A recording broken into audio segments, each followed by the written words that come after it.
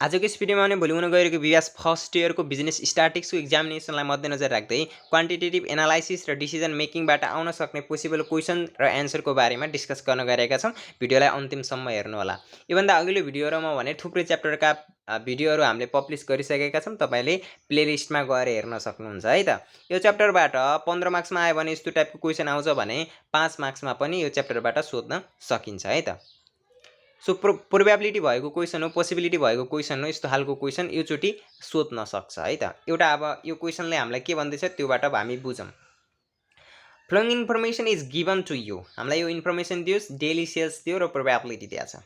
अब हामीलाई के भन्दैछ यहाँ तल ल्याङ्ग्वेजमा, if selling price per unit RS 40 and cost price per unit RS 25 and salvage price is RS 5, what is optimum quantity, maximum expected profit, expected value for perfect information भनेपछि हामीलाई के क्यालकुलेसन गर्नु भन्यो त भन्दाखेरिमा इएमबी क्यालकुलेसन गर्न भन्यो, त्यस्तै गरेर इभिपिआई क्यालकुलेसन गर्न भन्यो र इपिपिआई क्यालकुलेसन गर्न भन्यो है त। त्यसको लागि हामीले पहिला सुरुमा क्यालकुलेसन अफ पिएफ क्यालकुलेसन गर्न जान्नुपर्छ। अब त्यो पिएफ क्यालकुलेसन कसरी गर्ने भन्ने बारेमा अब बुझौँ है त।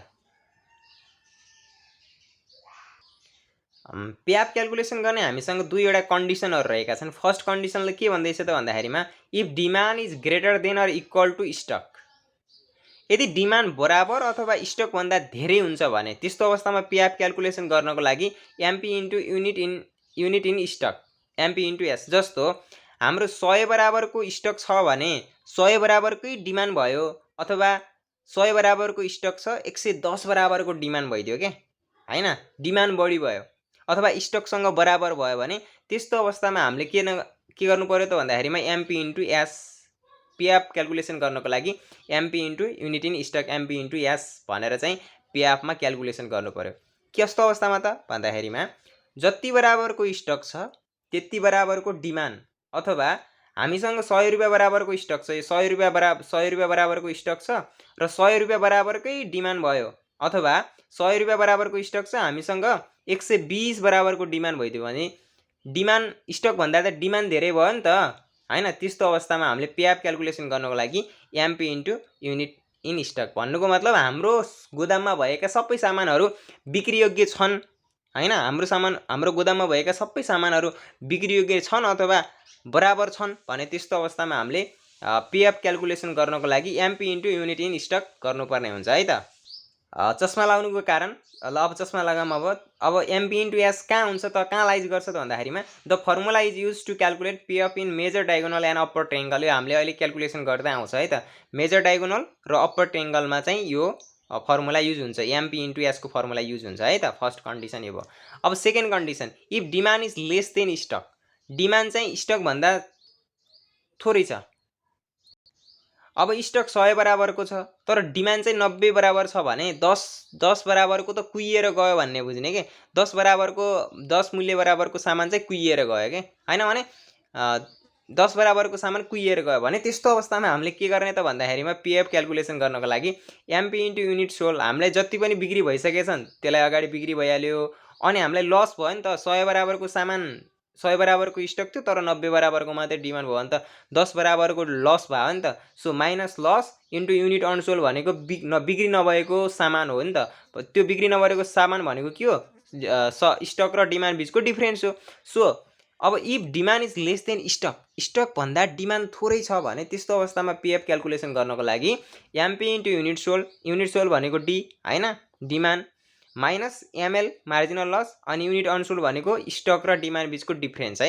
यो फर्मुला बन्यो। अब if demand is less than stock भयो भने त्यस्तो अवस्थामा पिएफ क्यालकुलेसन गर्नको लागि MP into D minus ML S minus D हुने रहेछ।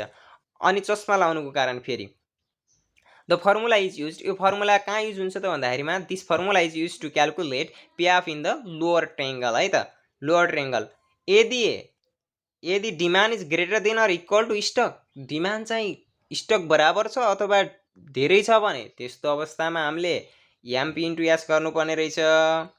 यदि if demand is less than stock भन्दा डिमान्ड थोरै छ भने त्यस्तो अवस्थामा MP into D minus ML S minus T वाला फर्मुला युज गर्नुपर्ने रहेछ।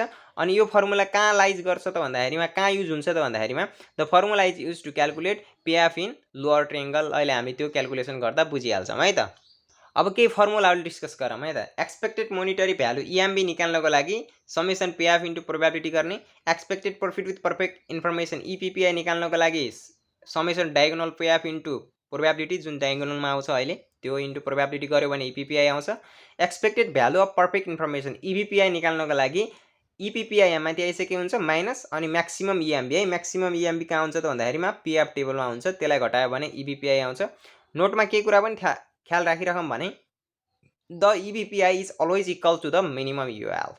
इबिपिआई चाहिँ जहिले पनि मिनिमम युएलसँग के हुन्छ त भन्दाखेरिमा बराबर हुन्छ। अब हामीले अगाडिको क्वेसनलाई सोल्भ गरेर विस्तृत रूपमा बुझौँ।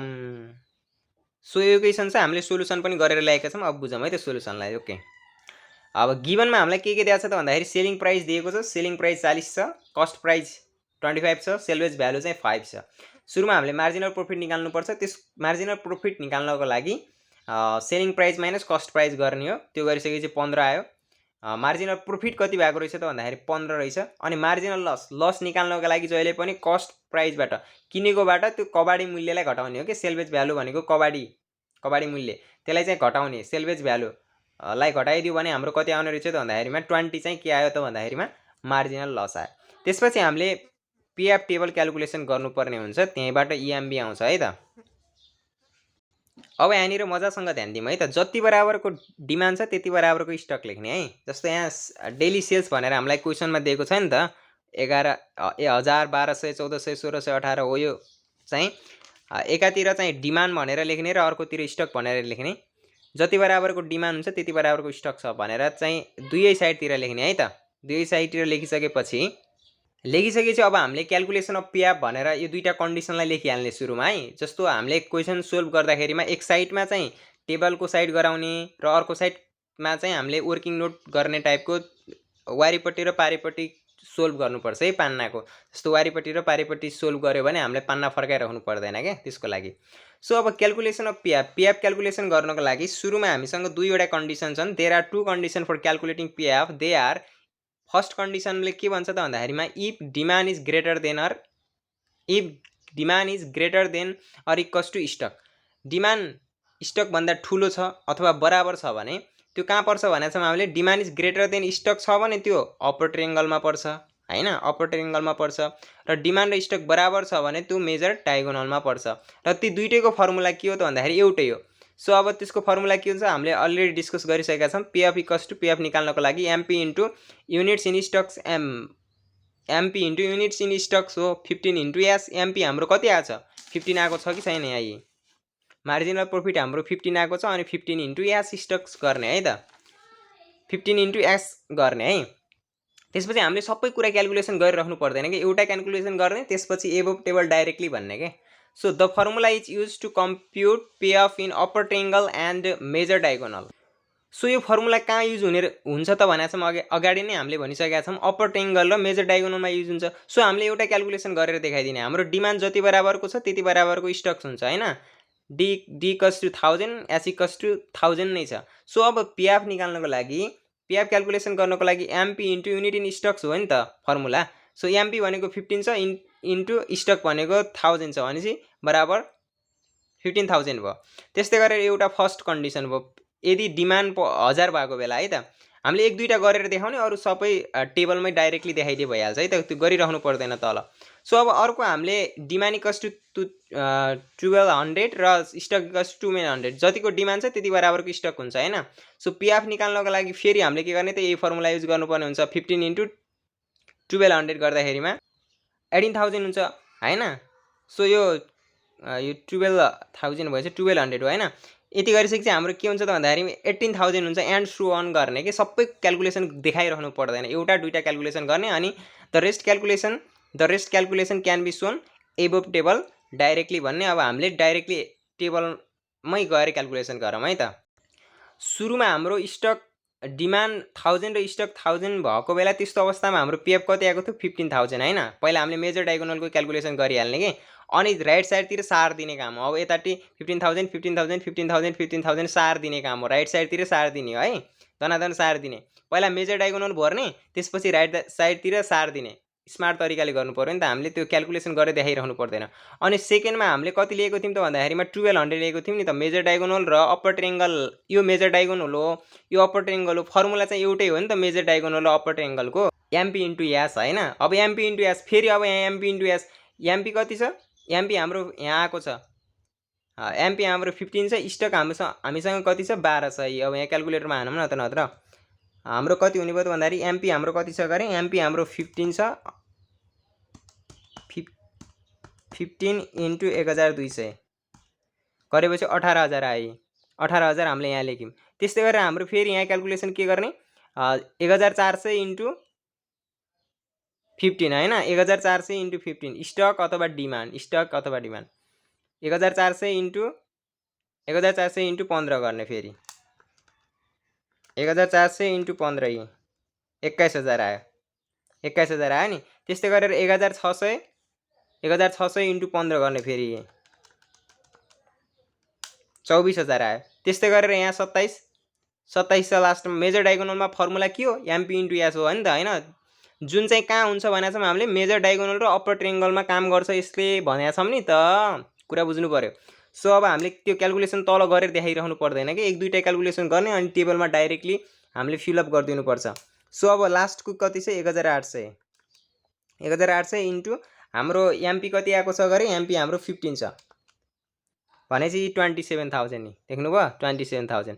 अब के गर्ने त भन्दाखेरि अप्पर ट्रायंगलमा सर र सार दिने हो क्या। यहाँ 15,000 आयो, 15,000 आयो, यता 15,000 15,000 सार दिने, यता पनि सेम सार दिने। यो हाम्रो मेजर डायगोनल र अप्पर ट्रायंगल हाम्रो भ्याइयो है त, फर्स्ट कन्डिसनले पुरा गर्यो। अब सेकेन्ड कन्डिसनमा जाऊँ। अब सेकेन्ड कन्डिसन भनेको के हो त भन्दाखेरि if demand is less than stock, demand is less than स्टकको केसमा हामीले पीएफ निकाल्दाखेरि फर्मुला के भनेको थियौँ, MP into unit sold minus ML unit into unit unsold भनेको थियौँ। सो एमपी इन्टु डी हैन, युनिट सोल्ड भनेको त डिमान्ड हो नि त, जति बराबरको सोल्ड भयो त्यति बराबरको demand. MP into D minus ML marginal loss into unit unsold भनेको स्टक र डिमान्ड बिचको डिफरेन्स हो। सो अब एमपी भनेको 15 छ, 15 डी भइहाल्यो, माइनस एमएल भनेको कति छ, एमएल भनेको 20 आएको छ होला, यहाँ अगाडि आएको छ नि त 20, एमएल हाम्रो कति आएको छ, 20 आएको छ, ठिक छ, एमएल हाम्रो 20 आएको छ। सो हामीले 20s प्लस अनि यो 20 इन्टु डी 20 डी भयो भनेपछि हाम्रो 35 डी माइनस 20s आयो हैन। अब यो कहाँ क्यालकुलेसन हुन्छ त भन्दाखेरि यो फर्मुला युज कहाँ हुन्छ, अब 35 डी माइनस 20s कहाँ युज हुन्छ त भन्दाखेरिमा this formula is use to compute pay off in lower triangle. हाम्रो मेजर डायगोनल र अप्पर ट्रायंगल हाम्रो कुन फर्मुलाले काम गरिहाल्यो त भन्दाखेरिमा यो फर्मुलाले काम गरिहाल्यो नि त। यो हाम्रो demand is greater than or equals to एसले हाम्रो मेजर डायगोनल र अप्पर ट्रायंगलको काम गरिहाल्यो। यहाँ हामीले एक दुईवटालाई सोल्भ गरेर पनि देखाइहाल्यौँ इक्जाम्पल हैन, सबै टेबलहरू सबै यहाँ क्यालकुलेसन गरिरहनु जरुरी छैन, एक दुईवटा चाहिँ क्यालकुलेसन गरिदिनु पर्छ है, फेरि चिट चोरेर लेखे भरेर रहेछ टेबल भन्ने हुन्छ। त्यसकारणले एक दुईवटा चाहिँ हामीले के गरिदिने त भन्दाखेरि क्यालकुलेसन गरेर देखाइदिने, अनि the rest calculation can be shown above table directly भनिदिने हैन, सबै गरिरहनु जरुरी छैन क्या। अनि त्यसपछि सेकेन्ड कन्डिसनमा आयो। सेकेन्ड कन्डिसनमा अब यो फर्मुला कहाँ युज हुने रहेछ त भन्दाखेरिमा the formula is use to compute P of in the lower triangle, lower ट्रायंगलमा युज हुने रहेछ। सो अब इक्जाम्पल दिने, फेरि डिमान्ड 1000 छ, स्टक कति छ 1200 हैन।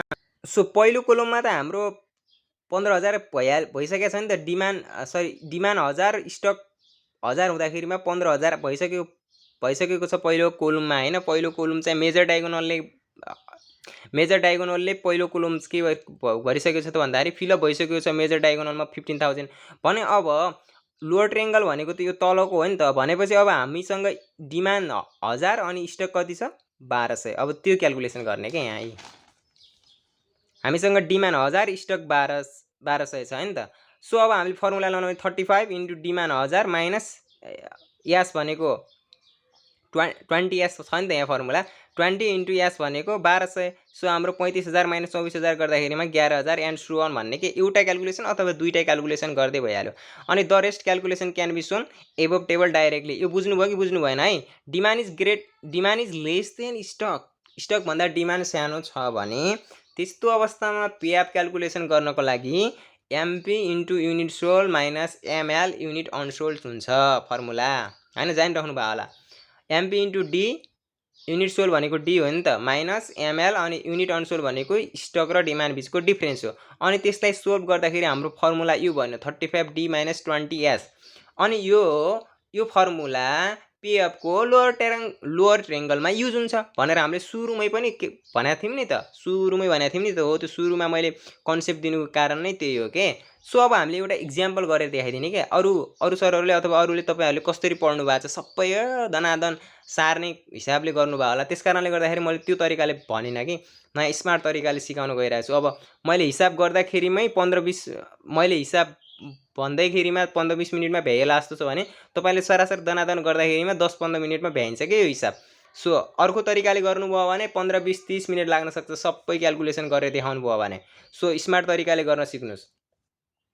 अब यो चाहिँ हाम्रो लोअर ट्रेङ्गलमा पर्छ भने चाहिँ हामीले यो फर्मुला लगायौँ हैन। यो फर्मुला आयो नि त, यो 35 डी माइनस 20 एस। अनि डिमान्ड 1000 हुँदा 1000 छ अनि स्टक चाहिँ 1200 छ भने अब यो फर्मुला यहाँ युज गर्यो अनि 11000 आयो। अनि अरू क्यालकुलेसन एन्ड सो अन भनिदिने अनि the rest calculation can be shown above table directly भनिदिने। फेरि एउटा दुईटा इक्जाम्पल चाहिँ गर्नुपर्छ है। अब एउटा मैले मात्रै गरेँ, एउटा मात्रै गरेँ नि भयो, अर्को इक्जाम्पल पनि तपाईँले गर्न सक्नुहुन्छ। एउटा दुईटा इक्जाम्पल गरेर देखाइदिने अनि rest calculation can be shown above table directly भन्ने अनि टेबलमा डाइरेक्टली देखाइदिने भइहाल्छ। सो अब हाम्रो स्टक हाम्रो 1200 र डिमान्ड 1000 रुपियाँ हुँदाखेरिमा 11000 आयो। अनि अर्को टेक्निक है त, अब त्यो फर्मुला अनुसार गरे पनि भयो, नत्र भने हामीले डाइरेक्टली यो हामीले -200 इन्टु 20 किन लेख्यो भन्ने होला है त।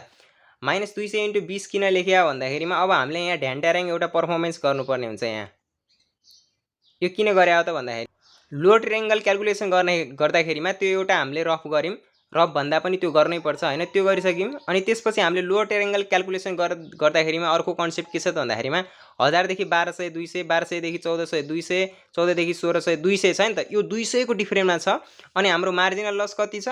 हाम्रो मार्जिनल लस 20 छ भने अब हामीले के पर्फर्मिङ गर्नु पर्यो त भन्दाखेरिमा ढेन्टिरिङ एउटा निन्जा टेक्निक के हान्नु पर्यो भन्दाखेरिमा यो हामीले पर्फर्मिङ गर्दाखेरिमा यो मैले यस्तो काटकुट गरेँ, यो गर्न पाइन्न तर हैन, मैले एउटा सिकाउन लगाएँ एमएल माइनस एमएल इन्टु हामीले के गर्नु पर्यो त भन्दाखेरिमा डिआइएफएफई आरइएनटी डिफ्रेन्स युनिटको डिफ्रेन्स अनि minus ML into units of difference गरे हो कि यो -200 इन्टु 20 गरेको भनेको यो 1000 देखि 1200 को डिफ्रेन्स कति छ? 200 छ। 1200 देखि 1400 को डिफ्रेन्स कति छ? 200 छ। अनि त्यस्तै गरेर 200 देखि 1400 देखि 1600 को डिफ्रेन्स कति छ? 200 छ। 1600 देखि 1800 को डिफ्रेन्स कति छ? 200 छ। त्यस कारणले गर्दाखेरिमा हामीले के गर्यौं त, सेम डिफ्रेन्स भएको अवस्थामा -ml इन्टु डिफ्रेन्ट युनिट गर्ने, -ml इन्टु डिफ्रेन्ट युनिट गर्ने है त।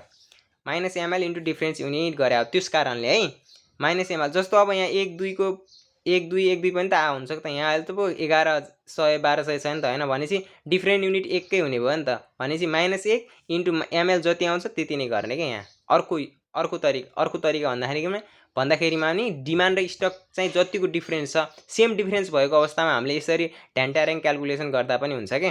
सो अब हामीले डाइरेक्ट क्यालकुलेसन गर्न सक्छौँ के यहाँ टेबलबाटै। अब यो कति आयो तपाईले मैले भनेको बुझ्नुभयो कि बुझ्नु भएन है? हामीले के गरेको त यो -200 इन्टु 20 भने डिफ्रेन्स युनिट इन्टु एमएल गरे हो के, डिफ्रेन्स युनिट इन्टु एमएल गरे हो। सो अब हामीले क्यालकुलेसन त 11000 त हामीले क्यालकुलेसन गरेर निकालिसक्यौँ यहाँ हैन, यही फर्मुला अनुसार 11000।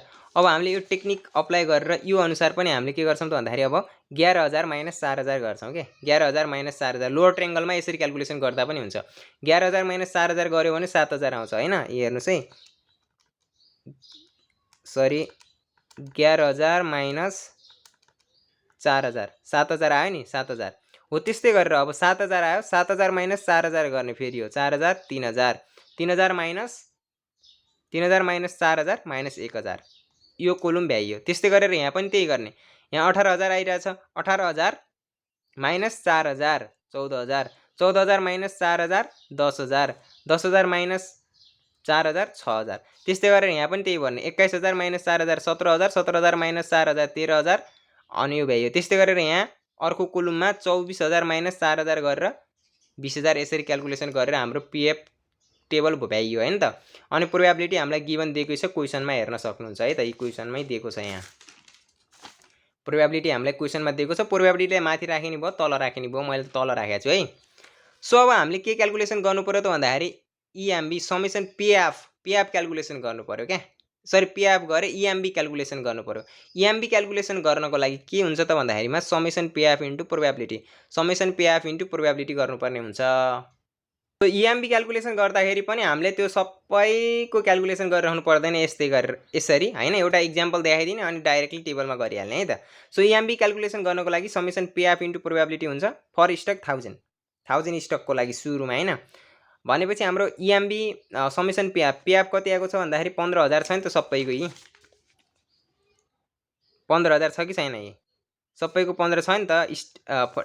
स्टक कति हुँदाखेरिमा भन्दाखेरिमा 1000 हुँदाखेरिमा सबैमा 15000 छ। सो 15000 इन्टु 0.5 यसको फर्मुला के हो, समेसन पिएफ इन्टु प्रोबेबिलिटी हो। समेसन पिएफ इन्टु प्रोबेबिलिटी गर्दाखेरिमा हाम्रो 15000 आयो नि त। फर्स्टको कति आयो त भन्दाखेरिमा 15000 आयो, ठिक छ। अब सेकेन्डको क्यालकुलेसन गर्दाखेरिमा the rest calculation can be shown above table directly भन्ने यसरी, त्यसपछि हामीले डाइरेक्टली यहाँ टेबलमा क्यालकुलेसन गरिदिने, केही फरक परेन हैन। क्यालकुलेटरमा झ्याम हान्ने के, यो 18000 छ, यति 18000 कमन भयो। 18000 इन्टु हामीले कसरी क्यालकुलेसन गर्ने त भन्दाखेरिमा स्मार्ट तरिकाबाट यहाँ हाम्रो यहाँबाट यताको प्रोबेबिलिटी कति छ, यति प्रोबेबिलिटीले जोड्यो भने यो 18000 बाट यता जोड्यो भने हाम्रो कति आउँछ त भन्दाखेरिमा 0.15 प्लस 0.35 प्लस 0.30 प्लस 0.15 जोड्दाखेरिमा 0.95 आउँछ। अनि 0.95 इन्टु 18000 गर्ने के, यो कमन हो नि त सबैमा। सो 0.95 इन्टु 0.95 इन्टु कति गर्ने त भन्दाखेरिमा 18000 गर्ने, 18000 गर्ने। यो गरिसकेपछि हाम्रो कति आयो 17100 आयो हैन, 17100 आयो। त्यसपछि हामीले यसको क्यालकुलेसन पनि त गर्नु छ त। 17100 प्लस 11000 इन्टु 0.05 गर्दाखेरिमा हाम्रो कति आयो 17685, 17650 आयो। यसरी क्यालकुलेसन गर्ने। यो सबैमा कमन 18000 अनि यति कमन भएकोबाट यता जोड्दिने, यो प्रोबेबिलिटीलाई जोड्दिने अनि यो छुट्टैसँग मल्टिप्लाई गरिदिने, 16650 आयो। त्यस्तै गरेर 21000 तीनटामा एउटै छ नि त, 21000 प्लस अनि यो प्रोबेबिलिटीलाई जोड्ने, यतिलाई जोडेर 21000 इन्टु कति हुन्छ यहाँ 0.35 प्लस 0.30 0.35 प्लस 0.30 प्लस 0.15 गर्दाखेरिमा हाम्रो 0.8 हुन्छ हैन। यति क्यालकुलेसन गर्दाखेरि 0.8 इन्टु 21000 गर्ने 16800 हुन्छ। 16800 into 16800 plus 14000 into 0.15 plus 7000 into 0.05 गर्ने, यति गरिसकेपछि 19250 आउँछ है त। नत्र भने अब तपाईले डाइरेक्टली यही टेबलमा हेरेर गर्ने के, सिधै क्यालकुलेटरमा हान्दिने, यहाँ निक्लिहाल्छ। एउटा गरेर देखाउने, अरु सबै यहाँ क्यालकुलेटरले हानेपछि हाम्रो इएमबी निक्लिहाल्छ। 19250 निक्ल्यो। त्यस्तै गरेर यहाँ 3000 into 0.05 plus 10000 into 0.15 plus 17000 into 0.35 plus 24000 into 0.30 plus 24000 into 0.15 गर्ने, यसरी 18400 आउँछ। त्यस्तै गरेर यहाँ यो माइनसवालालाई चाहिँ ब्राकेटमा राख्ने है, -1000 इन्टु 0.05 प्लस यस्तो गरेर सबै क्यालकुलेसन गरिसकेपछि हाम्रो कति आयो त यहाँ 15450 आयो। यो मध्येमा हाम्रो म्याक्सिमम इएमबी कतिमा रहेछ त भन्दाखेरिमा 1400 स्टक भएको बेलामा म्याक्सिमम इएमबी 19250 रहेछ। अनि जहिले पनि हाम्रो यो सबैको प्रोबेबिलिटी चाहिँ 1 नै हुन्छ है त। सम गर्दाखेरि यहाँ 1 आयो, हाम्रो पिएफ को क्यालकुलेसन भ्याइयो। अब हामीलाई त झन् सजिलो भयो। पिएफ नै हो अलिकति क्यालकुलेसन गर्न समय लाग्ने, त्यसपछि हामीले तल अरु इबिपिआई इपिपिआई निकाल्न एकदम सकिहाल्छौँ है त। सुरुको क्वेसनलाई हामीले अप्टिमम क्वान्टिटी र म्याक्सिमम एक्सपेक्टेड प्रॉफिट निकाल्नु भनेको थियो, त्यही कुरालाई हामीले यहाँ लेख्यौँ। अब here the maximum EMB is 19250 हैन टेबलबाट। So which correspond to 1400 units, so the decision maker should stock 1400 units is dead to maximize the total expected profit of rupees 19250 भनेर सानो ल्याङ्ग्वेजमा लेखिदिसकेपछि हाम्रो ए र बी को एन्सर त्यही भन्न खोज्यो। यहाँ अप्टिमम क्वान्टिटी भनेको हाम्रो कति हो 19250 नै हो, र त्यसैमा के भयो त भन्दाखेरिमा म्याक्सिमम एक्सपेक्टेड प्रॉफिट पनि त्यही नै हो क्या। सो यो सानो ल्याङ्ग्वेजमा चाहिँ लेखिदिनुपर्छ है। डिसिजन हरेकको डिसिजन दिन जरुरी छ है। स्ट्याटिक्समा चाहिँ डिसिजन दिएन भने हाम्रो 2 मार्क्स सर्ट हुन्छ, त्यस कारणले गर्दाखेरिमा डिसिजन चाहिँ दिनुपर्ने हुन्छ है त। अब लास्ट हाम्रो EBPI क्याल्कुलेसन गर्नु छ। EBPI क्याल्कुलेसन गर्नु छ। EBPI भनेको expected value for perfect information हो नि त। EBPI निकाल्नुको लागि EPPI माइनस म्याक्सिमम EMB हो हैन, यसको फर्मुला। वी हेभ EMB भनेको हाम्रो 19250 आछ। EBPI निकाल्नुको लागि summation major diagonal payoff into P, major diagonal payoff into P गर्ने हो। Major diagonal payoff into P। अब हाम्रो मेजर डायगोनलमा के छ, यो छ नि त, यी 15000 18000 21000 24000 27000 छ नि त, हो त्यही लेख्ने यहाँ। अनि प्रोबेबिलिटीले मल्टिप्लाई गरिदिसकेपछि हाम्रो 28800 आउँछ क्याल्कुलेसन गर्दाखेरिमा, यो क्याल्कुलेटरमा हाल्दाखेरिमा। सो अनि त्यसपछि हाम्रो 28000 EPPI आयो माइनस EMB कति छ 19250 छ भनेपछि 9550 भयो हैन, 9550। सो अब यसलाई सानो ल्याङ्ग्वेजमा लेखिदिने। It means the decision maker can be spend up to RS 9550 on market survey to collect perfect information of decision making. यति गरिसकेपछि हाम्रो 15 मार्क्स कम्प्लिट हुन्छ है त। 15 मार्क्स मैले 25 मिनटमा कम्प्लिट गर्दैछु भने चाहिँ कडै हो म मान्छे। भन्दाखेरि मैले बुझाएर भन्दाखेरिमा त तपाईँको 25 मिनट लाग्यो भने तपाईँले दनादन गर्नुभयो भने 15 मिनटमा भ्याउनुहुन्छ है। 10-15 मिनटमा एकदम नातिएर गर्नु होला है। टेबल क्याल्कुलेसन गर्दाखेरिमा चाहिँ एकदम नातिएर स्लो मोसनमा मस्तले आरामले गर्नुपर्ने हुन्छ। यही क्वेसनलाई फेरि गर्नुभयो भने तपाईँ क्लियर हुनुहुन्छ। र अरू के डाउट छ तपाईँले कमेन्ट बक्समा लेख्न सक्नुहुन्छ। र च्यानलमा रहिरहनको लागि च्यानललाई लाइक कमेन्ट सेयर सब्सक्राइब गर्न सक्नुहुन्छ मन लाग्छ भने हैन, मन लाग्दैन भने नगर्दा पनि भयो हैन। सो भोलिको लागि म best wishes, best of lock, राम्रो एक्जाम दिनु होला। त्यस्तो गाह्रो खासै गाह्रो पनि आउँदैन होला, सजिलै आउँछ भनेर पनि जाने हैन, तर प्रिपेयर चाहिँ सबै च्याप्टर राम्रोसँग हुन जरुरी छ।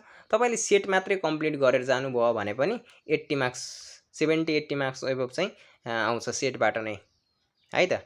सो भोलिको लागि बेस्ट अफ लक। च्यानलमा रहिरहनको लागि च्यानललाई सब्सक्राइब गरिदिनुस्, लाइक कमेन्ट के छ डाउटहरु कुनको भिडियो गराम अब हैन। सो कमेन्ट बक्समा राखिदिनु भयो भने चाहिँ अझ बेटर हुन जान्छ है त। बस thank you, best of lock.